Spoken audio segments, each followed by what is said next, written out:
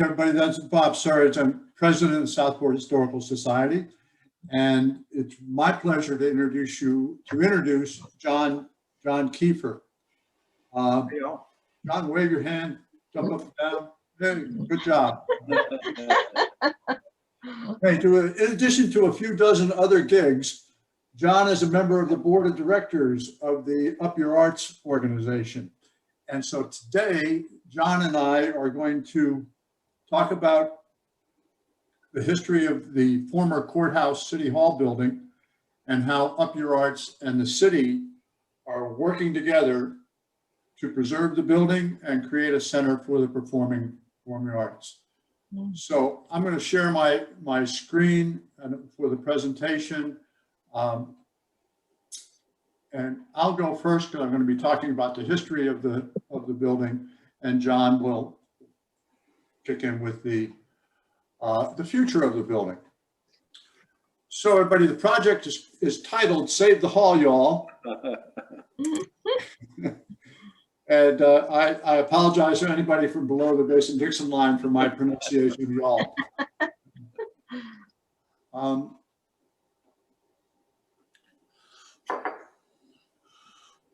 The slogan was really drawn from the history of the building and its prominent location and its importance to the Southport community.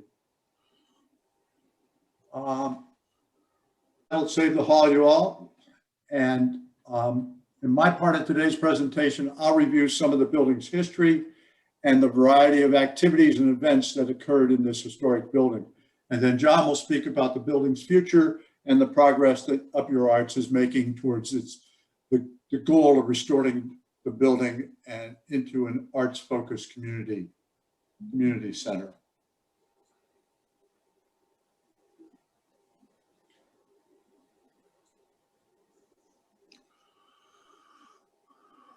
I want to, as I said now a couple of times, I want to present the historical importance of the building.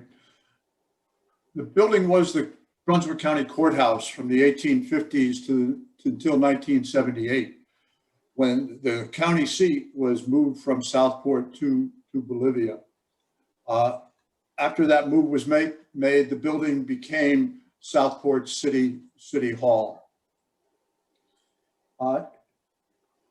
It's really almost impossible to talk about Southport history without mentioning Susie Carson. So I'm going to begin by sharing a 1999 column that Miss Susie wrote for the Star News. Column, as you can see, is titled "Government Seat Never Sat Still," and it recounts the 4 locations of Brunswick County government over the past 247 years. Over this time, the seat of government has moved from its original location in Brunswick Town to the Lockwood Folly River area, to Smithville, which is, of course, is now Southport, and then to Bolivia. Each one of these 4 moves was done under stress and political controversy. Surprise, surprise. Susie begins by explaining that Brunswick County was formed in 1764 from parts of New Hanover and Bladen counties. Brunswick Town was designated the county seat, but because of the difficulty of defending Brunswick Town from the British during the Revolution, the North Carolina General Assembly moved the county seat from Brunswick Town to the Lockwood Folly River area. In 1792, Smithville, now Southport, was established and for many years was the only town in Brunswick County. So in 1808, the General Assembly moved the county seat from the Lockwood Folly area to Smithville. Controversy immediately erupted with Brunswick County residents who lived west of the Waccamaw River strongly opposed to the move. Their arguments were heard by the state legislature and a deal was made. The deal led to the forming of Columbus County, and Columbus County was formed from the Brunswick County area that was west of the Waccamaw River. So once Columbus County was in place, Smithville then became the county seat of Brunswick County government. So that idea of moving the county seat from Smithville stuck with many people. And really over the years, it was often brought up in the General Assembly. In fact, in the 1880s, the state legislature ordered Brunswick County to move the county seat from Southport to Lockwood, to the Lockwood Folly area.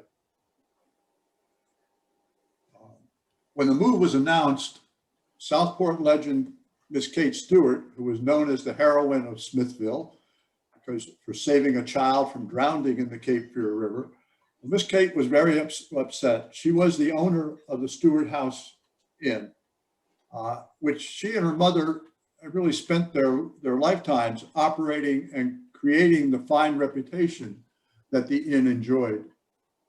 The inn was located on the waterfront at the foot of Atlantic Avenue and Rhett Street. It was very popular and was visited by guests from across the state and also across the country. Two of the more notable guests were Robert E. Lee and a young Woodrow Wilson. So after learning the news about the order to move the county seat from Smithville, Miss Kate sent her attorney, who was Wilmington native John Bellamy. She sent Attorney Bellamy to Raleigh to appeal the decision to the Supreme Court of North Carolina, claiming that the move would destroy Miss Kate's livelihood. Years later, when Bellamy wrote his memoirs, he wrote about this event. In part of my argument, I asked the court to consider the interests of Kate Stewart, whose home would be broken up if the courthouse was removed. Every member of the Supreme Court was her friend, staying at her hotel when holding court in Smithville. They all knew Miss Kate was a woman of noble character and was a heroine. Well, Bellamy's pleas must have worked, as the Supreme Court ruled in Miss Kate's favor and the county seat remained in Smithville until 1978. We can have a debate whether that might happen today or not. So after the Supreme Court ruling, more than a century passed while several more attempts were made to move the county seat back to Lockwood Folly or to Bolivia. Bolivia was established in 1912. So these attempts were always bitter, but each failed until a referendum of July 19, 1975, overwhelmingly favored a move to Bolivia. The actual move occurred in 1978, and that ended Southport's 170 years as the seat of Brunswick County government. Abandoned in 1978 when the county seat was moved, the courthouse building then served as Southport City Hall from 1979 to 2014. Because of because of the rural nature of North Carolina, the state's county courthouse buildings form one of the most important groups of structures in the state. Together, these buildings illustrate over 2 centuries of history and architectural evolution. So in the winter of 1976-77, the North Carolina Division of Archives and Histories conducted a study of surviving courthouses in the state. They studied 114 surviving courthouse buildings.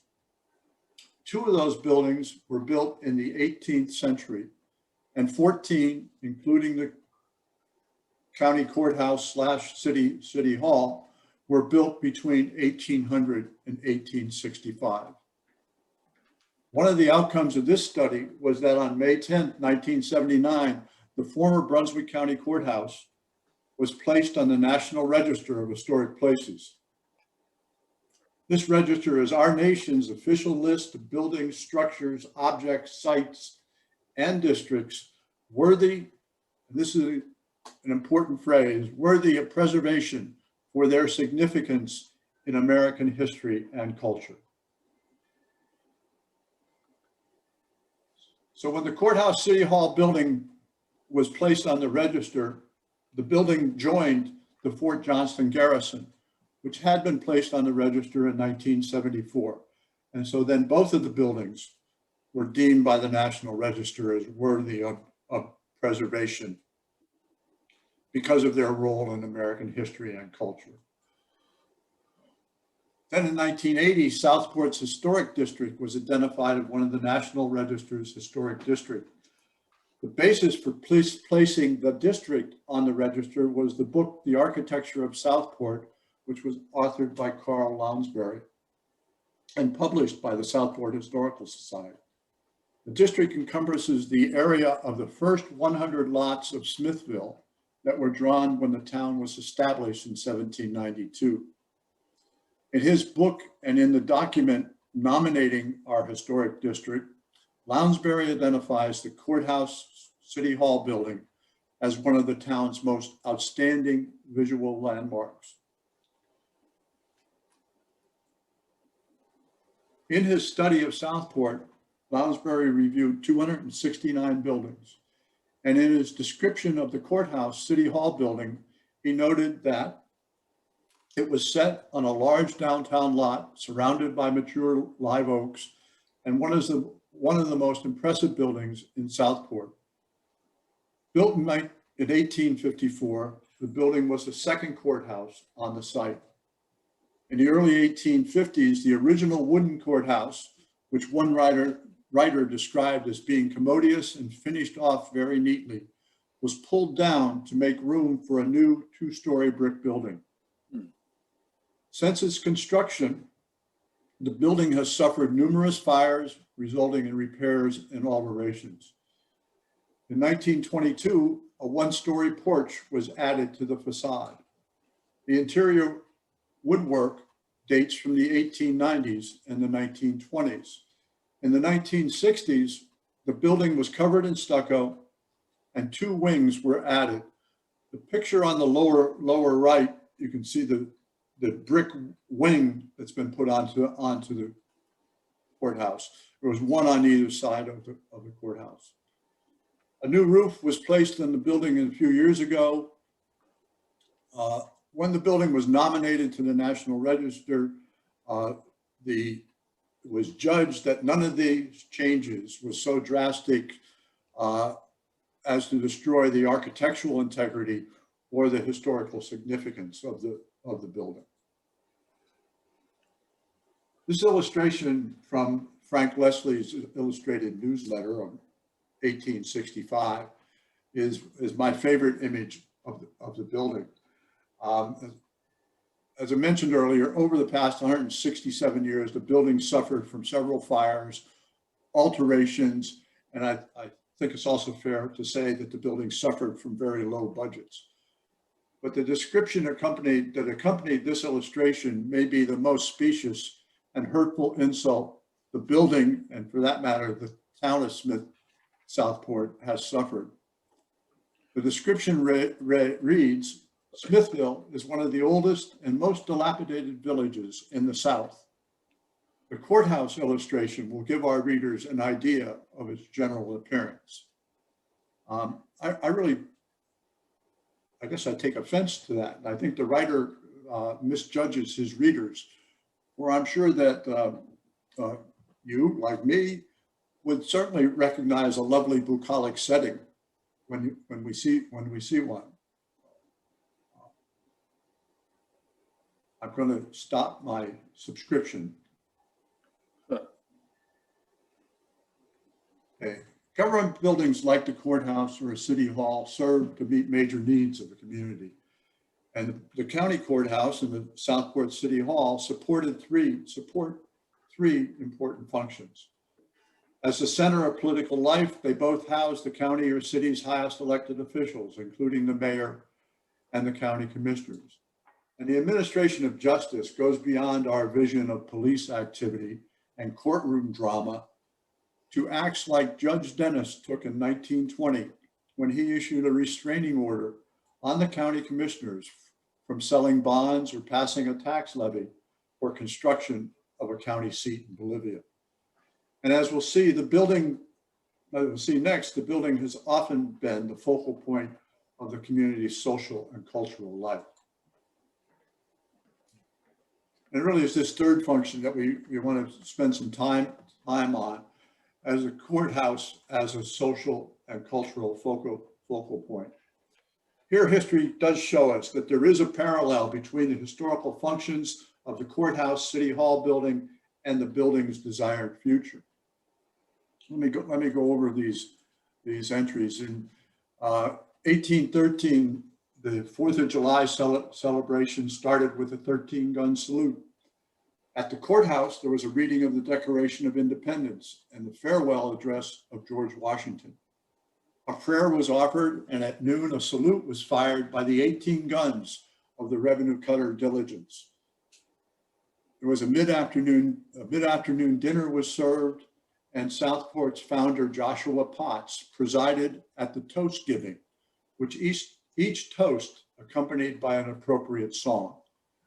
And then at 9 o'clock at night, the celebration ended with a fireworks display. Skipping to 1876, there was what was one of several temperance meetings held in the building. This particular meeting was led by Reverends Galloway and Westcott, and in addition, an African-American preacher also addressed the audience. 1884, court was adjourned for 3 hours out of respect in the memory of Mary Bensel Stewart, who was Kate Stewart's mother.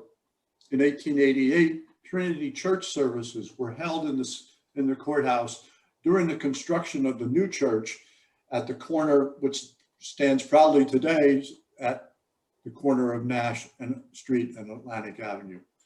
1889, there was a charity performance by an amateur troupe of townspeople, something that is a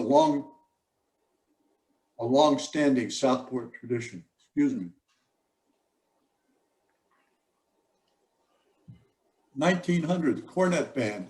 A brass band was a must for every turn of the 20th century city and town. Many of those brass bands had their origins in Civil War bands. 1920, a suffragist meeting was held, and it was, again, one of several that were held. And the speaker, Miss Lola C. Trax, was a well-known suffragist and union organizer from Baltimore, Maryland. In 1936, the Young Democrats Club met. Lawyer Henry Stevens from Warsaw, North Carolina, was the principal speaker, and he praised FDR and the New Deal. Southport young men Rudolph Mintz and J.B. Russ were among the leaders of the local Young Democrats Club. 1944, a civil defense meeting, and just one of the many war-related organizations to organize and meet in the courthouse to assist the war effort. John, you will appreciate this. 1978, representatives of the Southport Improvement Association recommended that the courthouse building be developed into an art and historical complex. Then in the 1980s and 90s, Southport residents and friends held several hee-haw reviews as fundraisers for the communities. Participants, just a few of the participants included Kathy and Ricky Johnstone, Tommy Harrelson, Leela Piggott, and governor-to-be Mike Easley. So as you can see, there's a full mixture of social and cultural happenings. And this helps us make that connection between these past activities and the desired future of a dedicated meeting and performing arts venue. We start asking the question, can a 167-year-old building be returned to its former glory? I thought it might be useful to consider some of the buildings, Southport neighbors, and see how they have done over the years. And the upper left on your screen is the Chapel of the Cross, which of course is located next door to the Courthouse City Hall building, and also dates from the 1850s. During the Civil War and construction, the church was used as a hospital and a school. By 1868, the structure was in bad condition. But over the following years, the congregation has carefully restored and maintained the building. And most recently, the chapel was damaged by Hurricane Florence. And after extensive repairs, it was reopened in May of 2020. In the upper right is the Thompson House on the corner of West Bay and Caswell Streets. This house was built after the Civil War by Thomas Mann Thompson, who during the war was a very successful and actually well-paid pilot who successfully brought many blockade running ships over the bar and up the Cape Fear to Wilmington. Currently, the building has a sign in front that is for sale for just a bit under $3 million. Bottom left is the Walker Pike House, which is located at the corner of East Bay Street and Atlantic Avenue. This house may be the oldest surviving house in Southport, dating from the early 1800s. When it was remodeled in the 1880s, the local newspaper noted that the owners so transformed and beautified the dilapidated old ruin that it pleased every passerby. And of course, the photo on the bottom right is the Fort Johnston garrison, which was constructed about 1810. The building was totally renovated in the mid-1950s and then occupied by the commanders of Sunny Point. And of course, it's now owned by the city of Southport and serves as the city's museum and visitor center. While all we have is a really small sample of Southport historic properties, and while the circumstances of their histories vary from the courthouse City Hall building, these buildings have survived, and in many ways they continue to help make Southport a thriving historic community. Another comparison can be made between the courthouse City Hall building and the former courthouse buildings across North Carolina. Upper left is the former Chatham County Courthouse located in Pittsboro. This building was built in 1881 and it now serves as a historical museum. The upper right is the Caswell County Courthouse located in Yanceyville. It was built in 1861. It is still used as a part of the courthouse complex. Lower left is the former Burke County Courthouse located in Morgantown. This courthouse was built in 1837, now a meeting venue with local history exhibits. The lower right, and you see the photo that it most resembles the former courthouse City Hall building of any of the other courthouse buildings. It's the Beaufort County Courthouse, or the former Beaufort County Courthouse, located in Washington, Beaufort County. It was built in 1786, so it's 68 years older than our building. And it now serves as a regional library. Again, this is just a very small sample of buildings. And again, while the circumstances and their histories vary from ours, these buildings continue to meet everyday needs of their communities, and doing so, helping to preserve each community's history and heritage. So my intent was to present the historical importance of the former courthouse City Hall building and the similarities between the building's past and its future. To my mind, the fact that the building is on the National Register of Historic Places leaves little doubt that the former courthouse City Hall building, like the Fort Johnston garrison, is worthy of preservation for its significance in American history and culture. As to similarities in mission, I think our brief review clearly indicates that there is a connection between past activities and the desired future of having a dedicated meeting and performing arts venue in Southport.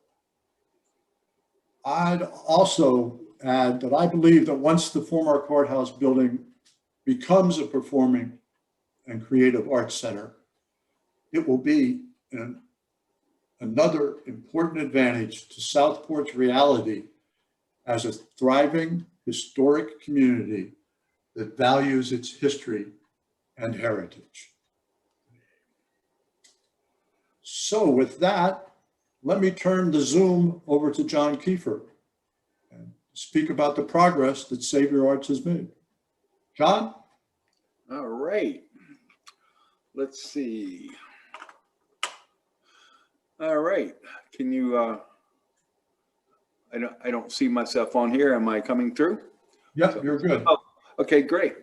My name is John Keifer, and I'm happy to be here this afternoon on behalf of Upyards. I'm going to present to you our ideas and plans for converting the old City Hall building into a state-of-the-art, self-sustaining, community-based arts center. My presentation today will focus on two areas. First, I will speak to you briefly about our working partnership with the City of Southport. And second, I will speak briefly on the specific program ideas we have for the Arts Center, which at this point, we are unofficially calling the Southport Center for the Arts. Okay, for those of you who may not know, Upyards is a nonprofit organization founded in 2017 to support and enhance the creative and performing arts throughout the greater Southport area. We promote all the artful, musical, and theatrical events in the area through a vigorous social media presence. It's our first time on Zoom, however. So we provide some assistance to various nonprofits in their fundraising events, and we continue to promote the efforts of the Southport campus of Brunswick Community College, which is now all dedicated to the creative and performing arts. We have sponsored community events such as the recent plein air festivals and the Thursday night open mics at American Fish Company. We are members of both Downtown Southport and the Southport Oak Island Chamber of Commerce. And we recently partnered with the North Carolina 4th of July Committee in bringing live local music to this year's festival. We have next slide, Bob. Okay, and this is just a fun little brochure poster that we put out for the 4th of July Festival. We are just continually amazed at the musical and artistic talents which we find throughout the greater Southport area. We feel that having a state-of-the-art community center in the heart of downtown Southport will help us to showcase and promote all of this incredible talent. Next slide, Bob. Over the last few years, we've met with various officials from the City of Southport to discuss possible reuses of the old City Hall building on Moore Street. The building has been vacant for several years now, but is still owned by the city. We are inspired by the building's history and its standing in the community, both its prominent downtown location and for its status as a center of municipal and civic life. In November of 2019, the Board of Directors for Upyards entered into an agreement with the City of Southport to conduct a 6-month feasibility study for the adaptive reuse of the old City Hall building. This initial phase 1 study was intended to give Upyards an exclusive opportunity to study whether a project to convert the structure into a community-based performing and creative arts center was actually feasible. We had 4 main areas of concern. First, was the building in a substantially worthwhile condition to warrant proceeding further, or were there too many unknowns or structural deficiencies to make the project infeasible? Second, is there genuine and broad-based community support for the project? Third, is the project financially viable, and what will be the funding sources for the reconstruction? And how will long-term sustainability be ensured? Finally, has Upyards established the organizational structure necessary for moving into the second phase of this project, which focuses on program and design development?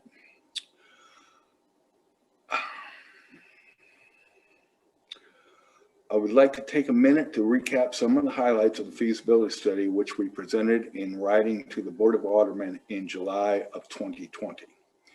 The next slide, Bob. Oops, let's see if we can. Okay, during the phase 1 study, we were able to make safe access into the old City Hall building and to create a high definition 3D full-color virtual tour of the building. This is available for viewing on our website, upyards.org.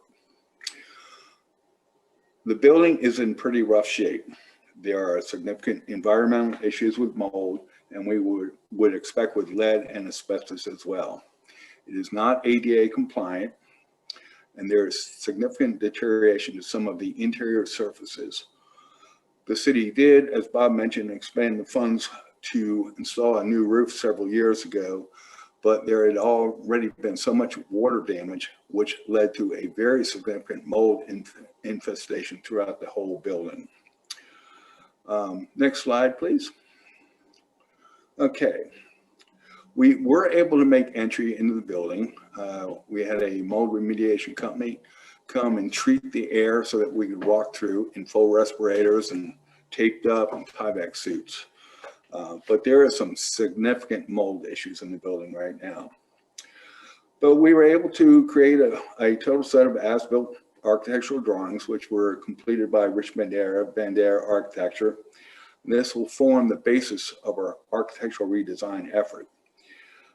Rich has also provided us with preliminary proposed occupancy levels, which will help us to create a realistic operating budget. An extensive visual engineering survey was completed by W.D. Jones Engineering, and this report, along with the as-built architectural drawings, were provided to the city in our written July 2020 submission. And this is also available on our website. I'm very happy to report to you that after reviewing all the information gathered during the Phase 1 feasibility study, the Board of Directors of Upyards voted unanimously to begin working toward the implementation of a Phase 2 agreement with the City of Southport.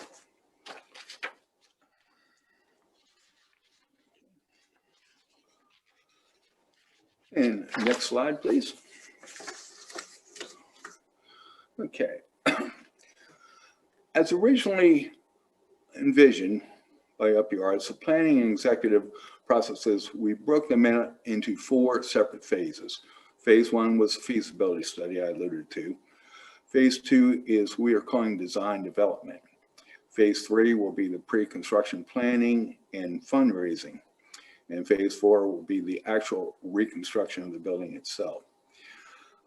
As noted earlier, the Phase 1 feasibility studies indicated that there are no insurmountable obstacles to continuing with an in-depth architectural redesign of the existing structure.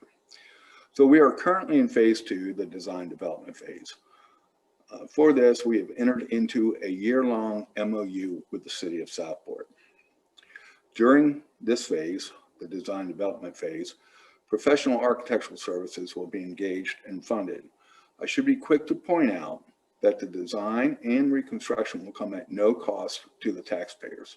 Funding for the project will come through a variety of grants, corporate sponsorships, private sponsorships, donations, and various fundraising events. At the conclusion of Phase 2, the design development phase, a selected architectural firm will have generated a complete set of architectural reconstruction drawings.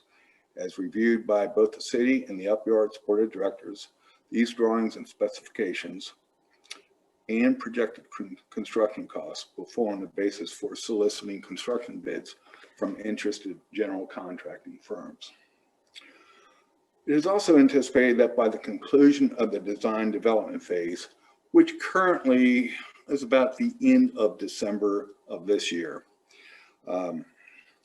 we will have established a separate nonprofit board of trustees to become the legal agency which will oversee and direct funding for the reconstruction itself, and the agency with whom the City of Southport will enter long-term leasing arrangements.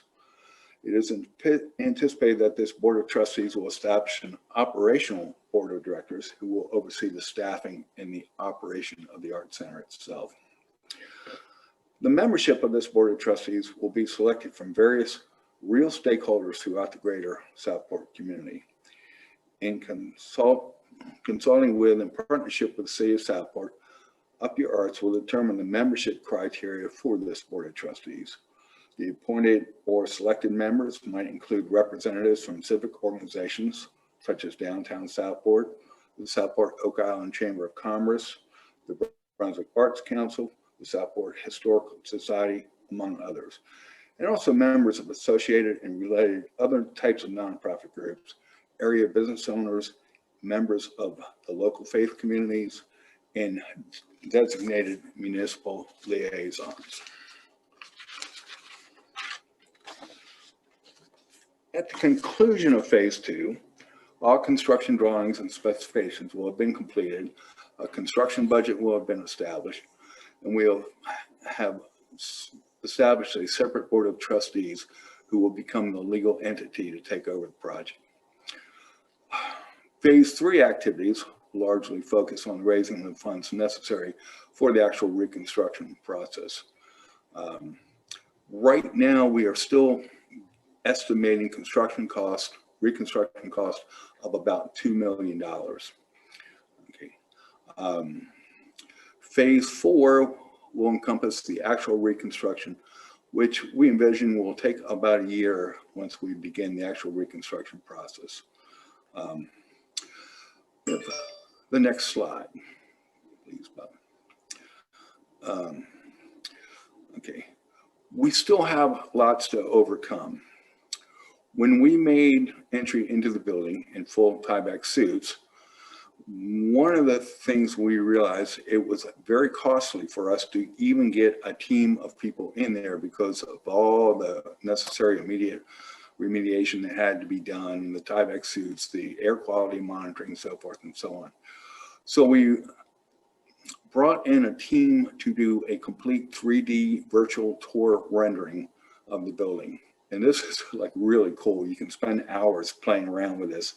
If you go to our website, upyards.org, you can virtually walk through the entire building, look in every closet, examine every bit of woodwork, every finish, everything that's been abandoned and left in the building. So this way, we can show interested contractors, we can show various people what the building is. Because one of the questions we often get asked is, I really want to go in and see the building. Can we? It's like, actually, they are not letting people into the building right now. So to see it, go to our website, upyards.org, and take the complete virtual tour of the building. It's pretty cool. Okay, next slide.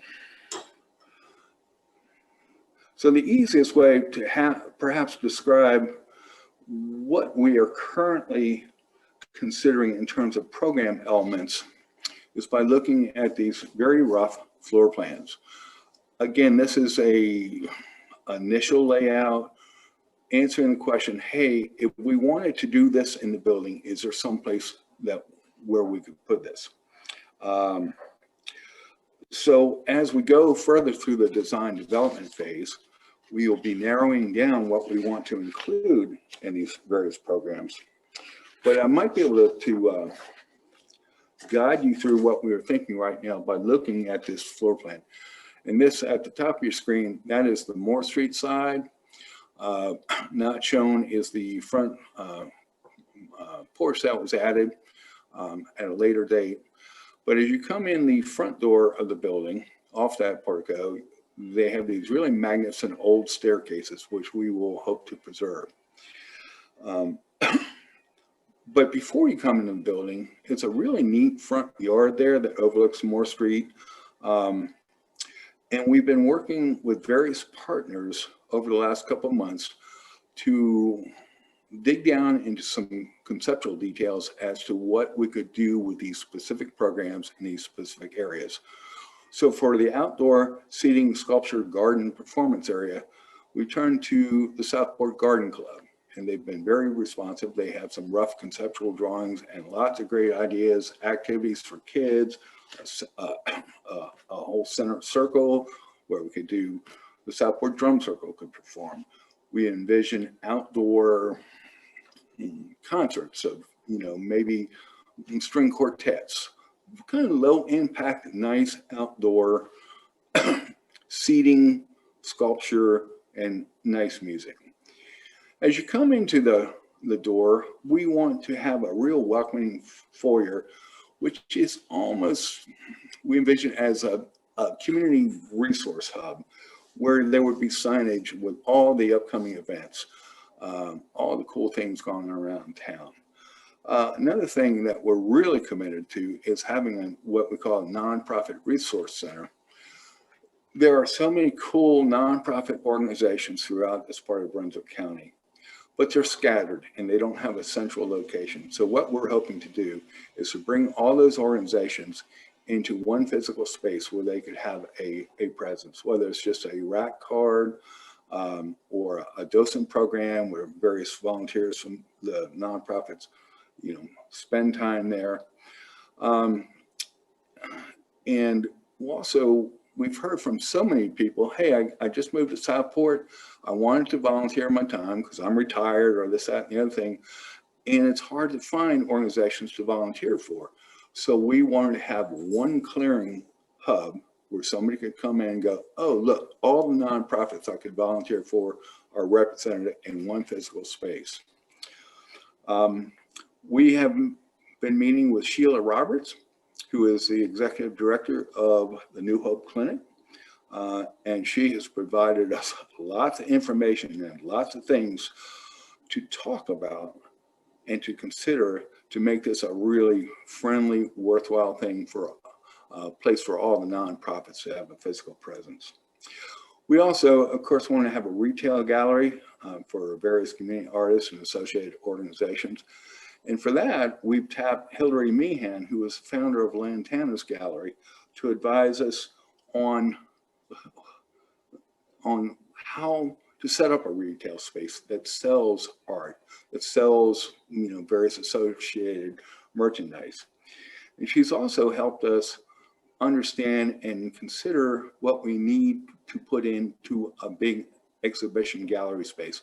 This is a little hard to read on your screen, but as you walk through the front door and look down, you just see this massive, intimidating hallway.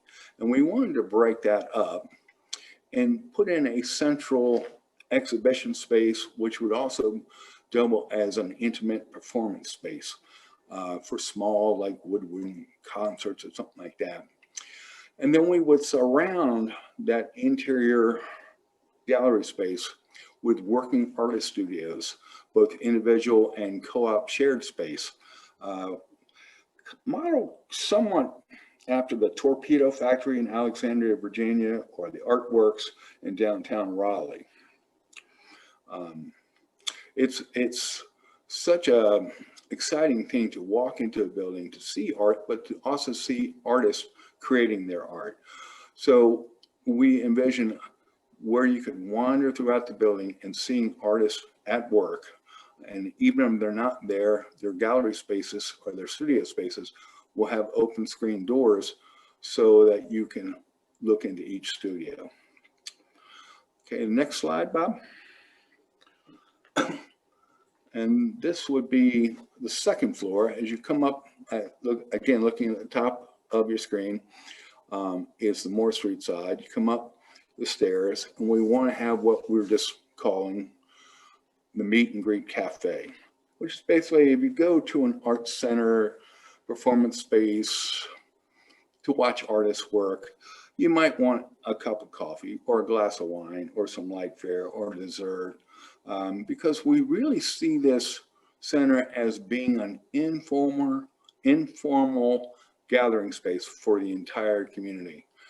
Right now, when you go to meet up with people for business meetings or just, to reconnect socially, you end up doing it in a restaurant environment or down on the waterfront.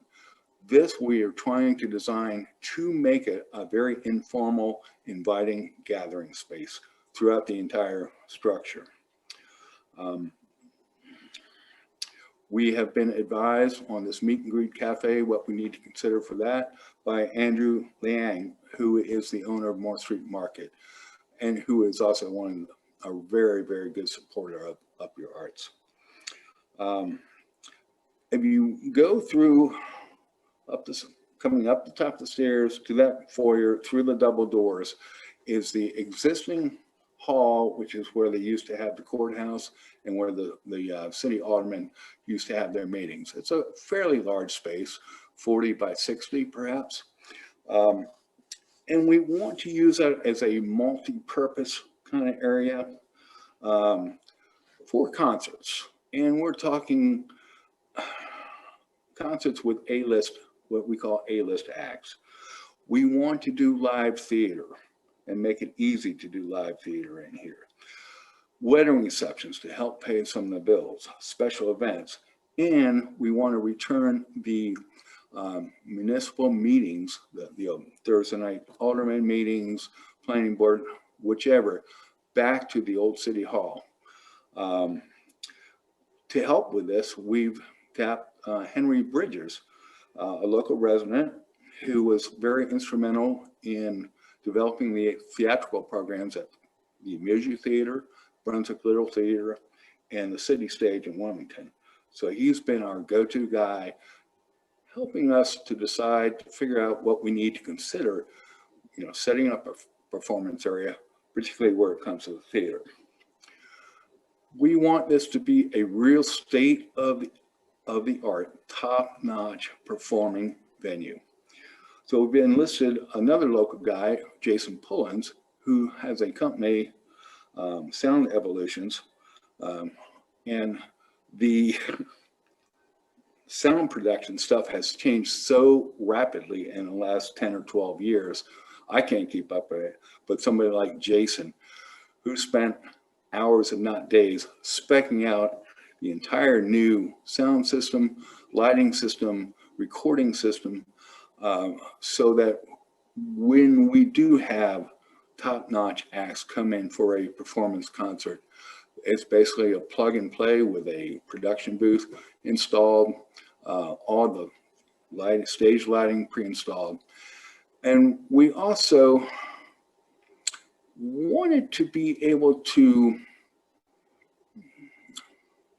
we originally thought about having a recording studio, and then that morphed real quickly into having a broadcast studio where we could do live streaming of events from, we could do interviews with traveling artists, with local artists, and that would all be all set up in a studio broadcast situation. We also want to accommodate the nonprofits and other civic groups and provide meeting space for them, for anything from 3 or 4 people to 24 people. And because we would have events like wedding receptions, banquets, special events, we needed a kitchen, at least a catering kitchen.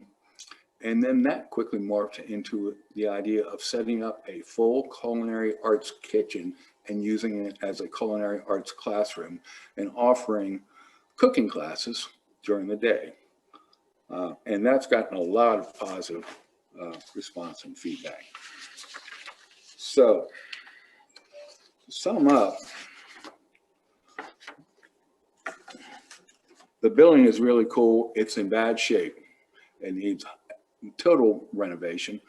The cost of just doing the mold remediation, the prices we have gotten is between $350,000 and $400,000.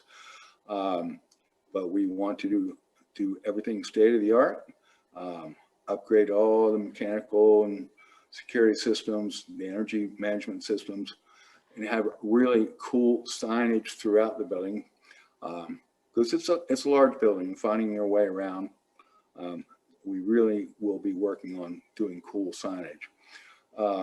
We want to maintain as many of the historic architectural elements as possible. There's some cool old windows, but they're falling apart. The cool staircases, in pretty good shape. It's got the old stamped tin ceilings.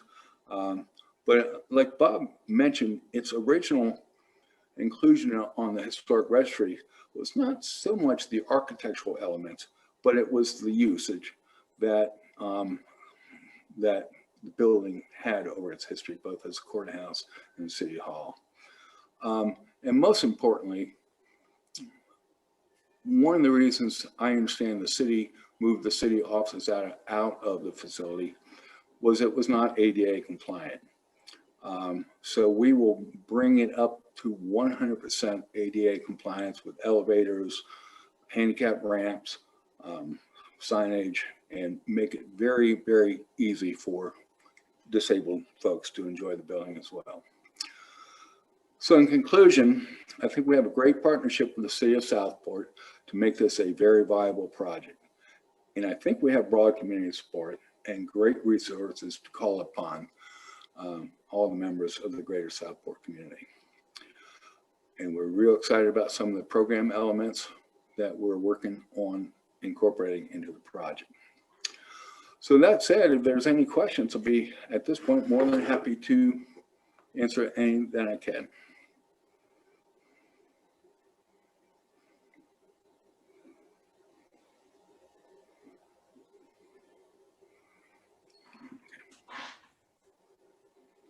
John, how much on schedule are you? I mean, it's just I know you're on your second phase. Yeah, we were set back a little bit because of the pandemic. Obviously, one of the things before everything shut down a year ago, March, we had scheduled a series of community-wide charrettes where we would go out and do a basic presentation and then get feedback from the community. That is something that we are going to be working to pick back up on doing now that the restrictions have been lifted. Every time we have done a presentation, folks come up with other great ideas that we throw into the mix and have to evaluate and see what makes sense.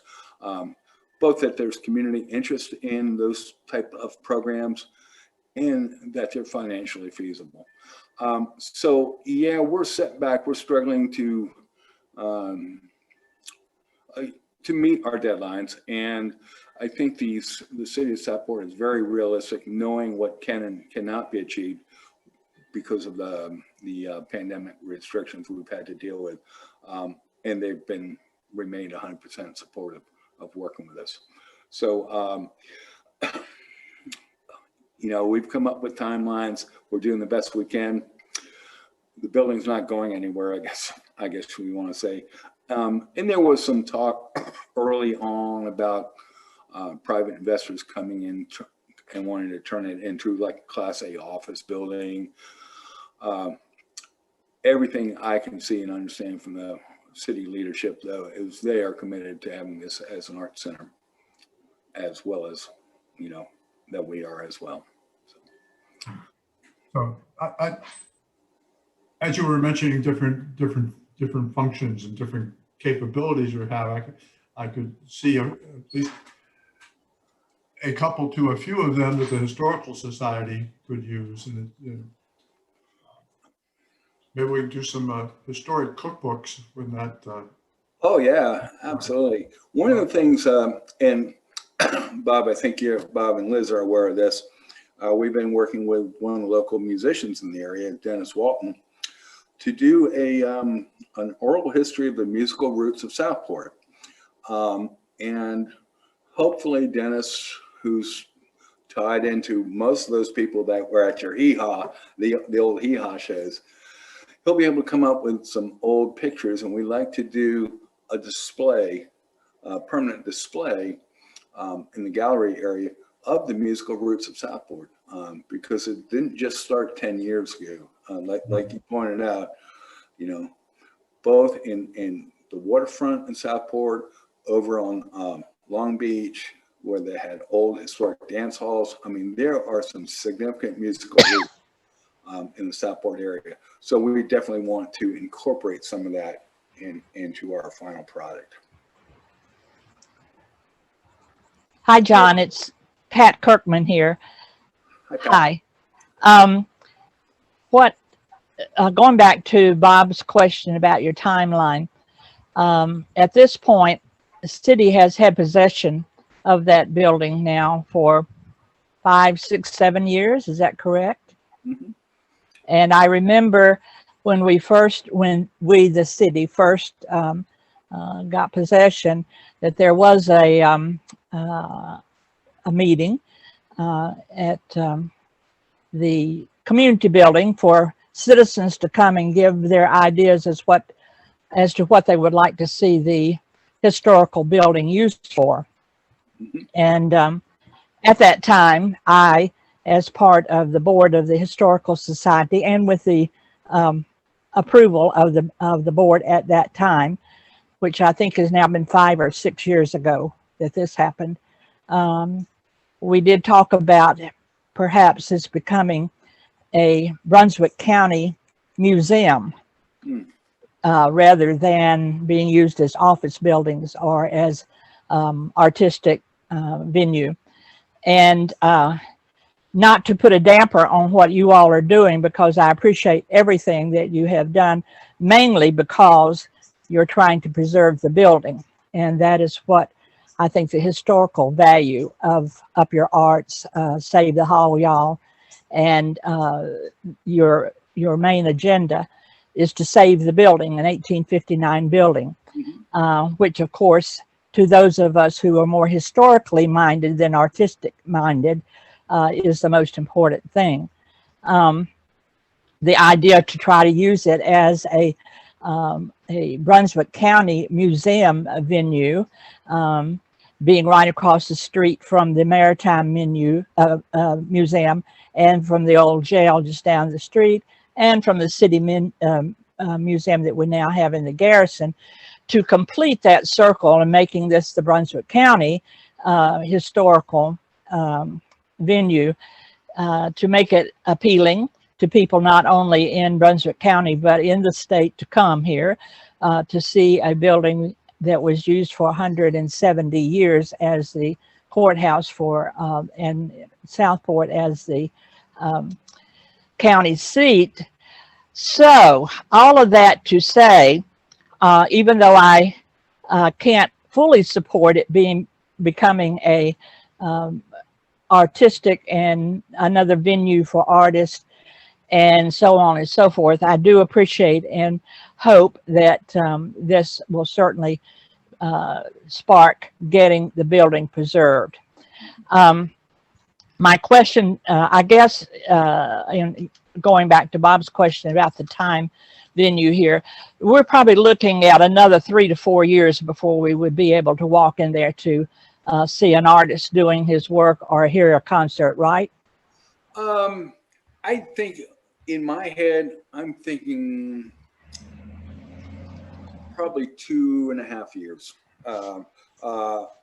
Yeah, I mean, the COVID stuff did set us back.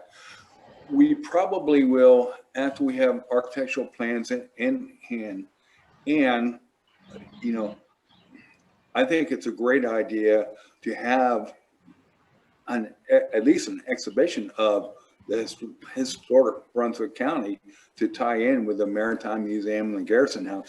I mean, that would be great, and we can certainly incorporate that in somehow. But we'd like to have, by the end of the year, architectural plans in hand to start going out to bid. And we anticipate about a year of fundraising to raise about $2 million. We've identified lots of corporate sources, some foundational grants. We have volunteers that are going through all the grants that are available out there. So we're in the process of identifying those. And I think construction will take about a year. So yeah, from now, I'm looking at about 2.5 years. Who knows what might be coming down the pipe next? I mean, we'll see. And that's realistic. Most of my background was in special event production, particularly in the fire service. But prior to that, I also was a builder and did a lot of historic restoration and renovation in the DC and Boston areas. So I'm kind of familiar with the whole process. But key to the success from our point of view will be the architect that we select and the general contractor we select. And one of the options we are looking at is to solicit a design build firm. Because when you start pulling apart the walls, you never know, even though the engineer, from what he can see, yeah, the building's stable, it's viable. But when you start ripping off walls, you go, oh my goodness, now we have to deal with this. Yes. And a good architect too, as things are uncovered, you go, well, that's not going to work. Let's redesign this. So we're very realistic about, we're optimistic about a time frame, but realistic that it could certainly extend. And is the building structurally sound now if it were left basically as it is and did not undergo a tremendous restructuring as far as opening up areas? If it was more in line with the rooms that are there now, could it be used in that way? the building is structurally sound from what we can tell. Looking visually at the foundation, you're looking for cracks, you're looking for, settling, all that. I mean, there is some of that obvious, but nothing that the engineer picked up that was significant from a visual inspection. Part of the process would be, doing soil compression testing under the existing footings, because the type of investment we want to make sure it's a good solid foundation. Right now, once they put the roof on, they stop the active leaks, but the mold is growing throughout, and really the only way of getting rid of the mold is getting rid of all interior surfaces into, hazmat dumpsters and being encapsulated in the whole 9 yards. It's in bad shape. The other consideration is the old windows keep getting knocked out, so you see more and more of the windows being covered with plywood. I've noticed. Yeah, we asked Public Works, can you go ahead and shut that one up too? Other than that, I mean, the building they are maintaining utility service and keeping, I believe, keeping the building condition up to a point. The biggest issue that would preclude any quick fix is all the mold that is growing there.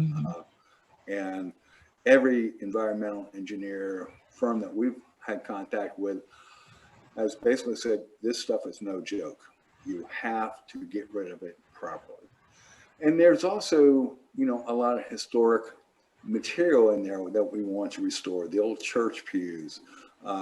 There's still a lot of old city records in there, and they're all covered with mold right now. I mean, it's kind of a shame.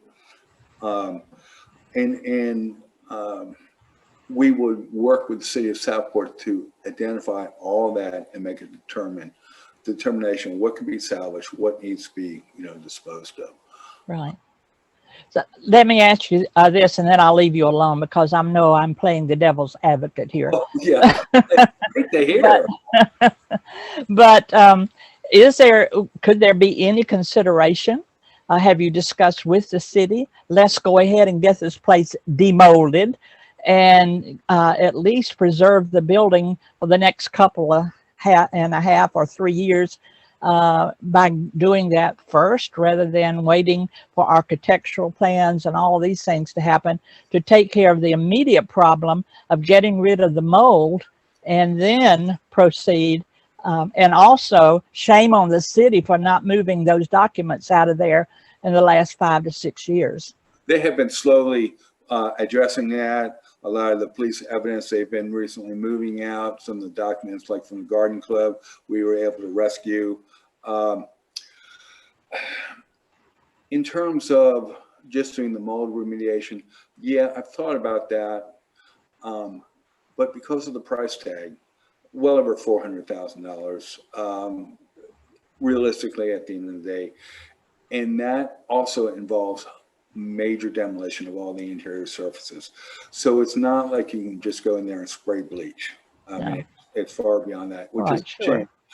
So for us to be able to raise that kind of money, it would be highly problematic unless it's part of a complete package deal.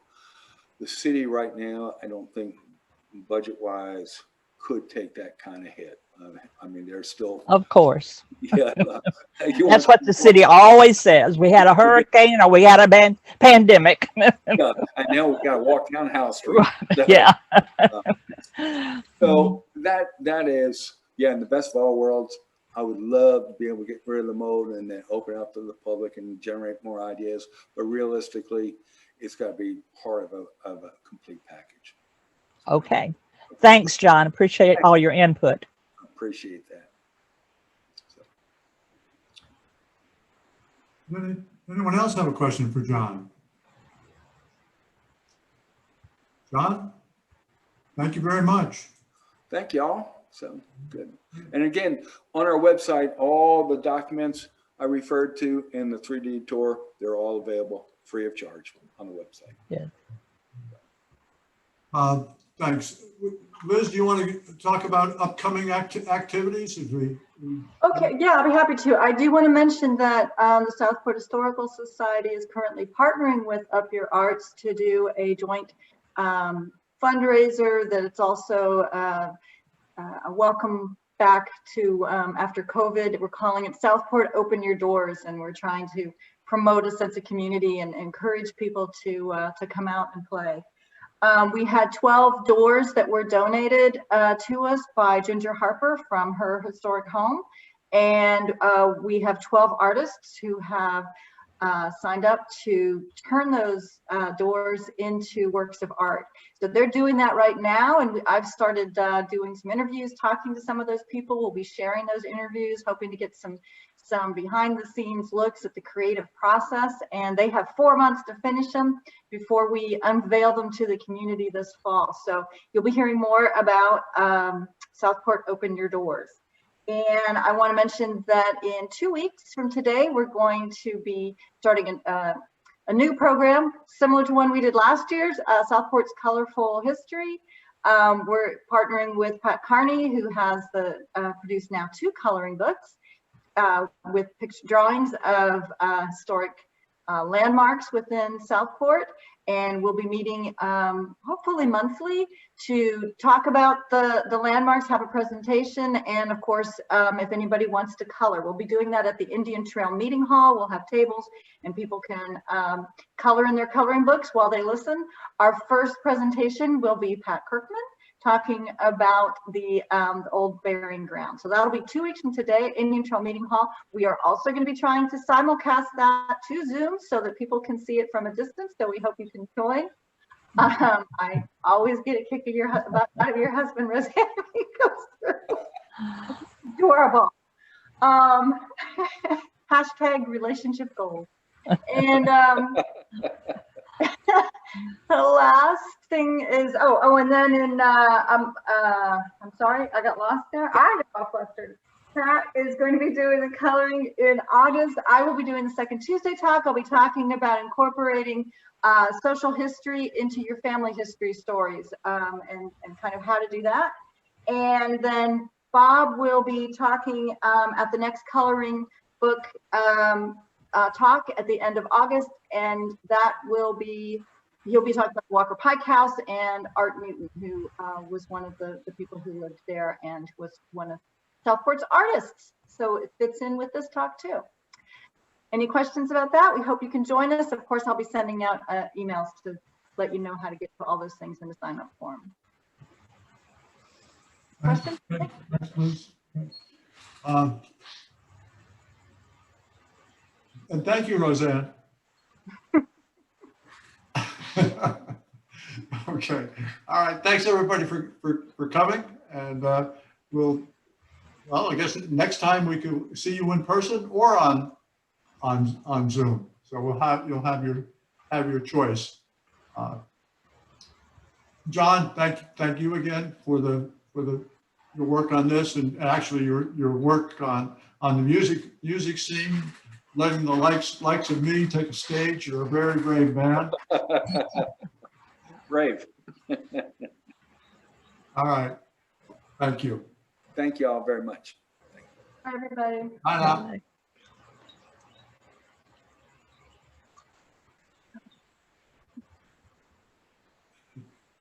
And how do I turn these things off?